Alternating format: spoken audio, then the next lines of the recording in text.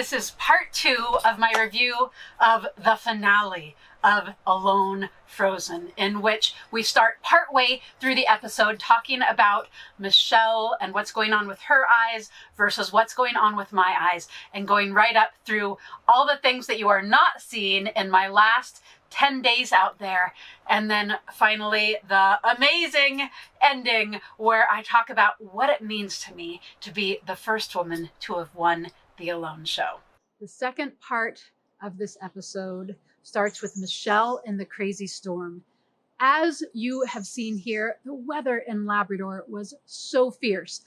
I could literally be like, okay, it's a sunny day. I think I'll do some laundry, go down, wash a few things, and by the time I got back, it would be raining on me. One could think, okay, a storm's coming in, and then 4 days of unrelenting horizontal snow and fierce winds that feel like they're going to tear you right off the face of the planet. A little bit of snow could turn into a whiteout in no time. This storm, where Michelle had her eye issue, was the fiercest storm I've ever experienced in my life. Absolutely insane. So in Michelle's situation, that fierce wind meant that there was no way the smoke was getting out of her shelter. Also, she says she's having to burn wet and ice encrusted wood, which is absolutely way more smoky. She probably didn't have a storage space for her firewood inside. I was pretty darn careful to dry my wood around the wood stove. So I had that chimney, so I was able to kind of pile wood around it and lean it up against the rocks, being very careful, of course, fire safety, but it meant that it was dry before I put it in. So I was making less smoke, and I had storage so that it meant I wasn't ever burning really wet wood. And then of course I had that chimney. So here she is, fierce storm, wet wood. The smoke was just insane. Now, it makes it look like the same thing is going on with my eyes and Michelle's eyes. It isn't. My understanding from talking to Michelle at length about this is that she was rubbing her eyes because they were so irritated with the smoke, and she actually scratched her corneas. So what she had going was the stinging from the conifer smoke, and then having actually done them physical damage herself, trying to deal with the irritation. So her eyesight going worse and worse was a very real thing, and really feel for her. What a horrible situation to be in, where you're like, this smoke is absolutely damaging my body, but I am so cold that I can't not start a fire. Hypothermia is going to get you faster than stinging eye. Really heartbreaking to see her go through that process of feeling successful, feeling so good about being able to feed herself, thinking she can go the distance, but then really feeling like she was potentially doing long-term damage to her body. We can see Michelle really wrestling with the decision, giving it some time, and finally coming to the conclusion, this isn't going to get better, and I'm really risking long-term damage. Now, Michelle knows about eyes because her dad is an optometrist. I did not have that going for me, so really interesting to see the way it shaped both of our decision-making there. Now, when my eyes were really bad, it was right in the middle of the strongest part of the storm, and I knew that rescue wasn't really an option.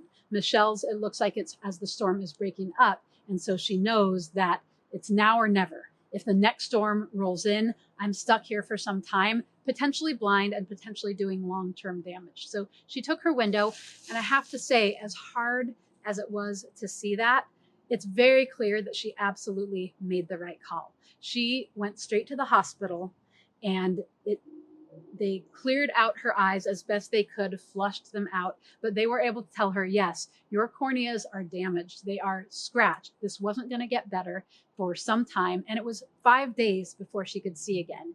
Being in an extreme survival situation like that, with that level of handicap, with that kind of weather for 5 days, would have been very intense. So I think she really made the good call.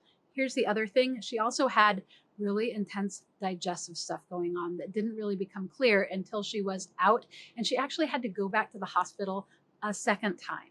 And she has posted about this publicly, so I know she's okay with this information being shared. But Michelle went to the hospital, dealt with her eyes, came out, had to go to the hospital again. And that's no small feat out in the wilderness. We're talking a major helicopter ride. So it's a really, really good thing that she made the call that she did, and that she did it when she did, when extraction and bringing her to the hospital was actually possible. Even though Michelle left before the 50 days, she had such a magical and transformative journey. Seeing her being able to look into the camera and say, you know, I might not be the biggest, I might not be the strongest, but I'm enough. And that's huge.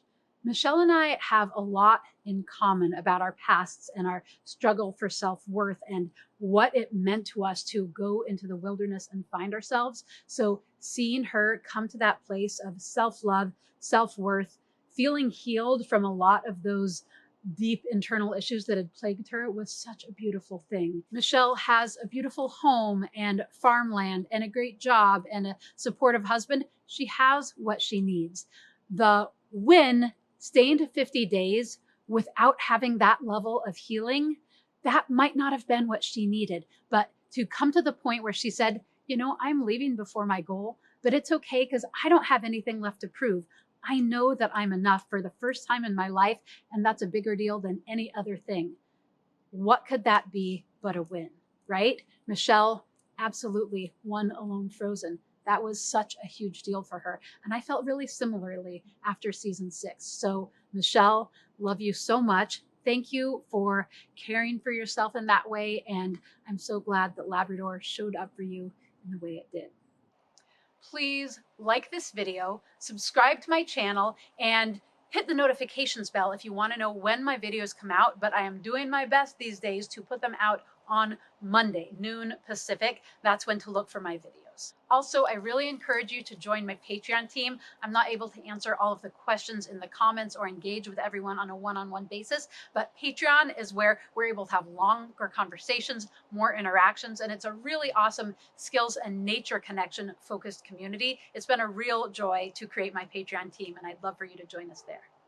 We then see me in that same storm, struggling to keep everything together. The winds were so fierce that it was shaking my walls apart. So I did not have enough building material to be able to make solid walls. The bottom of my walls are logs and sod, but then as I got to the top, I wasn't even able to do that. What I had was an occasional log lashed in and then branches shoved between them, and then the space between those spreading branches filled with lichen. So I was trying to make walls out of not solid materials, which was working okay until that storm, and the wind was so fierce, everything was moving, and it was literally shaking the lichen out of my walls. I actually woke up the first night of the storm with wind-driven ice and snow that was like horizontal icicles jabbing through the walls of my shelter. It was so crazy. It was so cold. It was so windy. It was so wet. So that is why I am working in the dark, in the cold, trying to tie logs, small pieces, the butt ends of my firewood, basically into the walls with the yarn from my sweater, trying to make it solid so it would keep that crazy ice and wind out of my shelter. It was wild. And then, of course, I went through the same thing Michelle did with those fierce winds driving the smoke right down through my chimney. But here is what I realized partway through that. You hear me saying, I have had smoke inhalation and stingy eyes from smoke, but I have never experienced anything like this. This is different. Luckily, before I had left for Labrador, a friend of mine had told me, be careful about burning driftwood. You know about that eye thing with driftwood? And I said, no, what are you talking about? And he told me about a time that he had done a camping trip where all they had to burn was driftwood. And after a few days of it, their eyes stung like crazy and got blurry to where it was hard for them to see. I remembered that while I was out there, and I was thinking, wow, this is like that driftwood fire. I'm not burning driftwood, but then I realized what I was burning was the carcasses of my sea urchins because they were goopy. It was only a small percentage of what was in the sea urchin that I was eating. So there were these goopy, gross shells. So I was putting those in the fire to dry them out and burn them, which meant I had salt in my fire. So I let the fire go out. I never burned my urchin shells again. And I just had to lay there and finally fall asleep. I woke up sometime in the night with my eyes crusted closed. In the morning, you can see me, my whole eyes are just super puffy and swollen. And that day I got up, I went to pee, and it was still really hard to see, really intensely burning. So I went back to bed. I slept the entire day right up until night, when finally I opened my eyes and they're starting to be a little bit better. The swelling went down throughout the day, but I couldn't really see well until that night. And of course, I was terrified to start up my fire again, but I felt confident that it might have been just because of the salt. Also, the wind was a little calmer by then. So by that night, I started up my fire again, and it was okay. So I felt like I was safe, as opposed to Michelle, who hers wasn't okay and she knew the smoke would just make it worse. But I was very careful not to burn anything salty again. But here's the thing. I had this toasting rock in my fire that I would toast my seaweed on. Occasionally, a piece of the seaweed would fall into the fire before I could catch it. As soon as it did, my eyes stung like crazy again. So it was definitely clear that it was because of the salt that was burning in my fireplace. I didn't realize it until I came out, but I did research when I got to the internet and realized that salt, of course, is sodium chloride, NaCl, which means it's a sodium and a chlorine atom together. When you burn it, those separate. Chlorine is a gas. So what that meant is I actually had chlorine gas pouring into my shelter from the salt being burned and then blown back into me. So I was gassing my eyeballs and my lungs. Super toxic, super intense. That is what was happening for me, and why the pain was so intense, blinding, excruciating, but also why it cleared up when I rested and stopped exposing them to that. So I was very, very lucky that that did not take me out, and that I had just that little hint of knowledge to know this could be about the salt and not just about the smoke.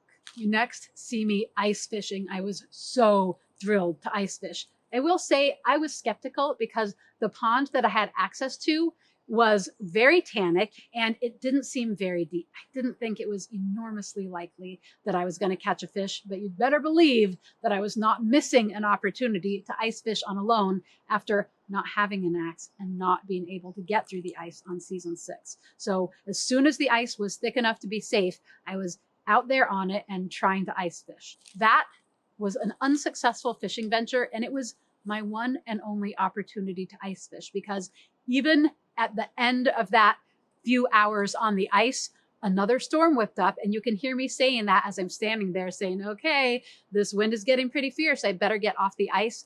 That was a warmer storm that blew in with hurricane force, and it didn't completely melt the ice on the lake, but what it did is it made it rotten. So it was more wet snow on top of it. So it was liquid sitting on top of the snow, and it was a warmer storm that was just above freezing, which meant that that ice was no longer trustworthy. So I never got to ice fish again.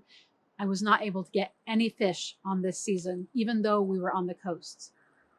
Except twice when I was harvesting mussels at a low tide, I found a teeny little rockfish caught up in the seaweed, literally an inch or so long, that I picked up and put in my pocket and cooked down in my mussel water. So I ate 2 fish on alone, but they were, the size of the first knuckle of mine. And I believe that is what they actually show in episode 7, the episode before this, The Last Hope, where they have me talking about how I love the novelty of the world, and if you look close enough, the world will blow you away. That teeny little rockfish is one of the images that they show then. So no fish from ice fishing, but 2 small fish for me on Alone Frozen. It's the only reference to me actually getting squirrels that you will see in this show, but I say, who doesn't love a good squirrel intestine? That was what I was using as bait. So I did get 2 squirrels in squirrel poles while I was out on Frozen. One of those squirrels I got on my birthday morning. And my birthday was a very big deal to me out here, because my birthday was the day I chose to leave season 6. Having left my first alone experience because of total starvation on my birthday 3 years earlier, it was such a victory to be able to have not just food, but a feast for my birthday on frozen. I actually saved a piece of the fox up until my birthday to make sure that I would have that as something special for my birthday feast. But then I also got a squirrel that day. So I had mussels, sea urchin, seaweed, squirrel, fox, a little bit of pemmican, and some berries for my birthday. Are you kidding me? That's like 8 different things. Actually made myself some lovely earrings that were the jawbones of 2 of my hairs wrapped up with my beautiful brass snare wire with a little hook made from snare wire for my ears. So I had my birthday feast all set, some plates for the ancestors, and a lovely feast for me with my fancy earrings.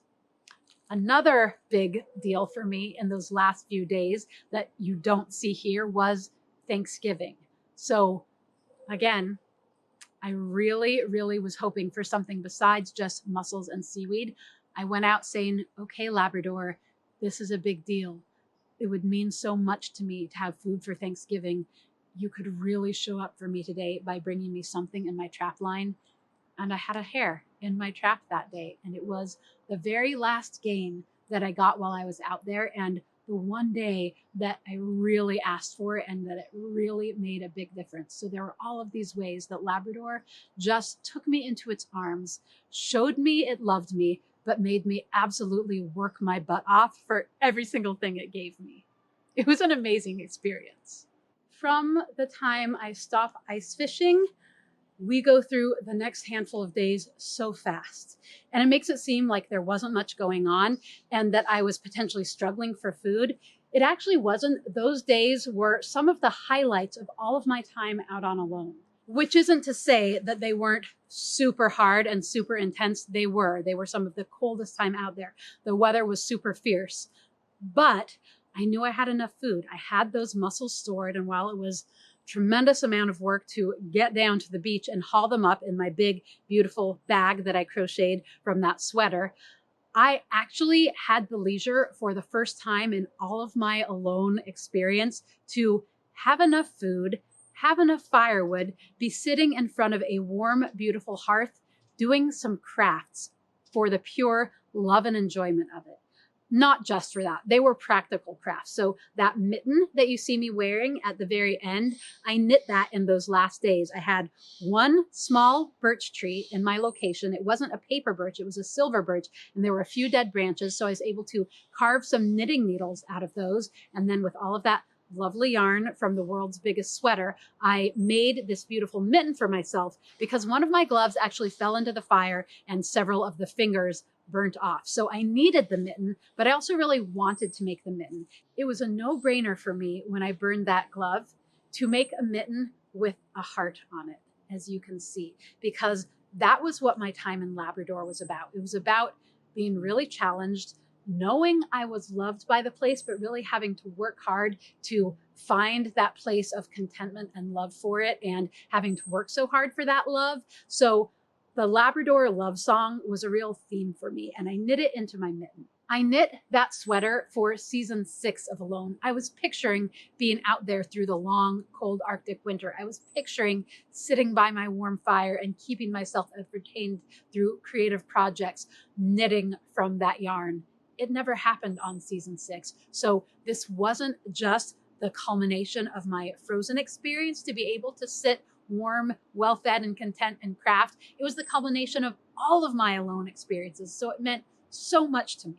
Those last days were also the time during which I was finishing the tanning of the fox. So I had scraped it earlier, not long after I got the fox, but then I actually softened the pelt by the fire during those last few days and then smoked it by building a tripod over the top of my chimney and hanging the fox skin right side out, so it was fur out and flesh side in, over my chimney so that the smoke had to pass through the fox skin to finish tanning it. The project that I started working on and wasn't able to finish was making a vest out of a combination of that fox fur and the rabbit rope from all of the hairs that I had caught. With the same crochet hook made from that same birch tree, I crocheted around each piece of rabbit rope. So it was like a wide crochet with fur in between. So super warm. I didn't get to finish it. And here's why. My major two goals for the last handful of days on Frozen were finishing that vest, and I really, really wanted to build an Inukshuk before I left. One of those sculptures, the sculpture you can see, that's the iconic symbol of the peoples of the North. It is something that the ancestors up there did long ago and that Northern people still do and really identify with. When we spoke with an elder of the Nunatsiavut people before we go, he told us that while they were huge fans of the show and they really wanted to see all of us do well, they knew all of us from following us. What they really wanted to see was the women do well this season. They wanted to see a woman win it.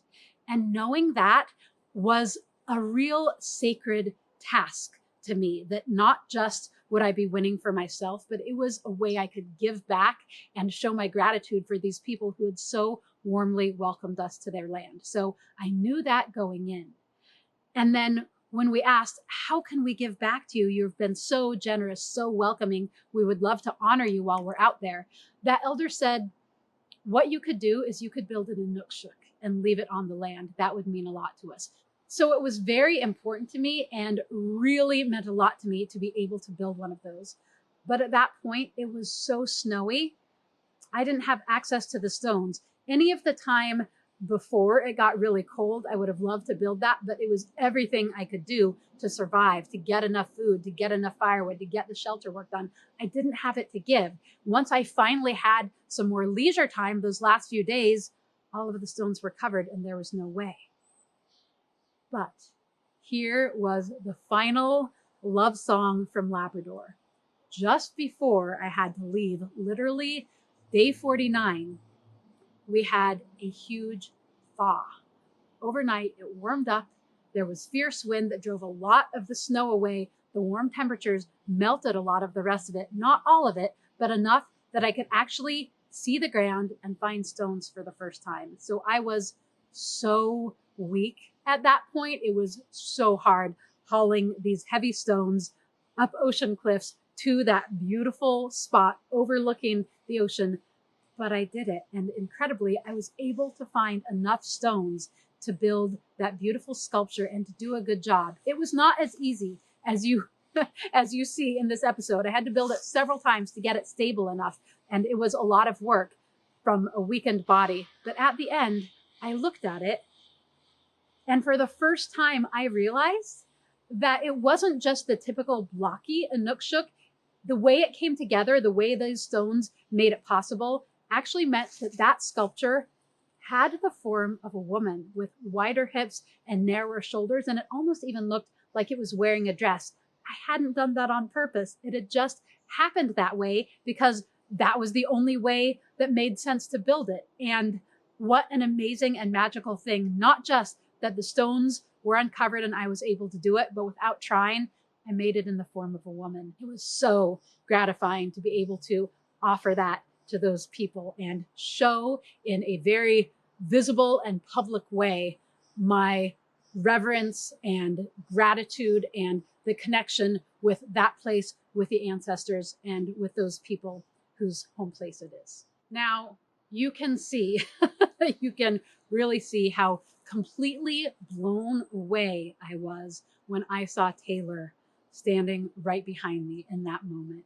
It was huge for me to know that I had won, to have really accomplished the thing that I set out to do in a strong way, not just grueling it out and barely making it, but eating well, feasting, feeling good, achieving my dreams, the magic of that fox, the magic of that sculpture. But one of the biggest gifts was that moment when I looked up to see my beloved standing there. The reason I'm so surprised is because they had told us that that wasn't going to be possible. There are strict COVID restrictions in Canada, particularly at that time. And they told us, look, you guys, we're sorry, but we're not going to be able to bring partners in for the winners. It's going to be a phone call, just like it was on season 8 in Chilco Lake. Luckily, there was a narrow window between when the restrictions were rolled back a little bit and when they were re-upped again because the Omicron variant came through. And that was the window needed to bring Taylor in to come and get me. So I absolutely did not think I would be seeing him. And it was huge. It was amazing to have him there, obviously because I missed him a lot, but also the alone experience can be very isolating because it is, I mean, obviously it's isolating when we're out there, but even more isolating when we come back home because it is such an incredibly life-changing, monumental experience that no one in our world is ever going to be able to fully grasp or understand.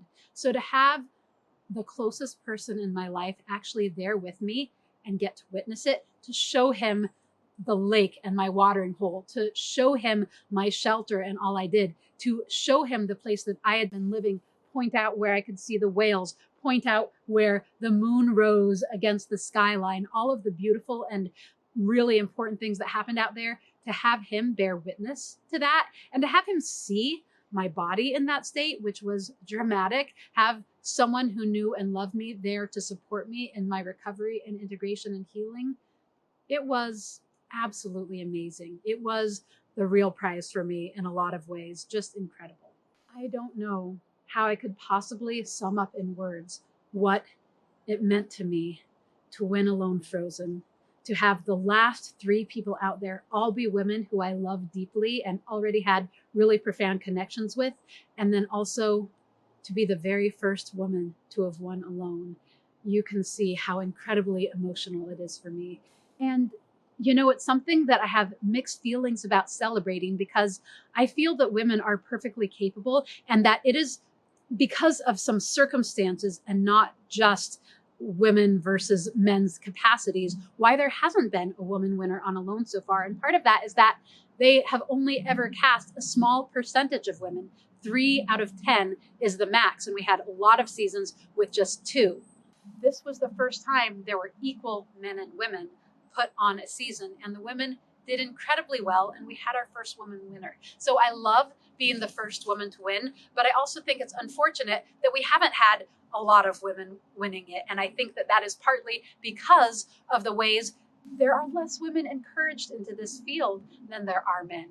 And representing women as an inspiration for women to feel like they're capable, to dive into the skills, to know that it is just as much a field for women as it is for men, feels really important. And that is why I say that it means a lot to me to have one achievement that is by a woman and representing women, and one that is just me as a person. The fact that I now am the record holder for the person with the most cumulative days out on Alone, and that's across the genders. So an achievement for women and an achievement for Woniya, just myself as a person, and not because I have ovaries. To have both of those things happen is tremendous. And one of the reasons why I do these videos, why I want to share so much, why I'm so passionate about teaching the skills, is to let everyone out there know that they too are capable. And that's part of why I talk about the fact that, you know, I was not this survival icon my whole life. I was not a person who had an innate belief in my own strength and capacity. I was a bookworm. I was a small, not very physically confident only child who was lonely a lot, who did not have access to the kinds of things we think of, like the Boy Scouts and camping trips and sports and that kind of thing. I didn't do those things. I had to work my way to it. And that means that everybody has that capacity. We all come from ancestors who did this. It's in all of us. And that is why I pour so much of my heart into teaching this stuff and not wanting to put myself on a pedestal, but to raise everybody up to that same level.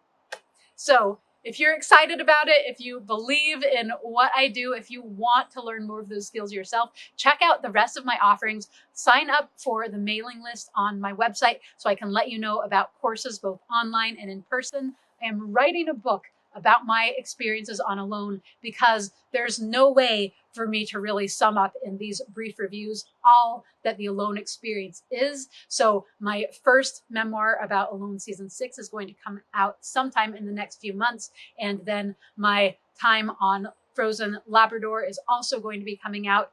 That one is still in the works. The other one is almost done. So keep your eyes on this channel. Sign up for the mailing list on my website, and so much more to come about my Alone experiences, ancestral skills, survival skills, wilderness living, and so much else. Thank you from the bottom of my heart for all of the wonderful people who have been commenting and congratulating and inspired and moved by all that I shared, both on Frozen and on these videos. More to come.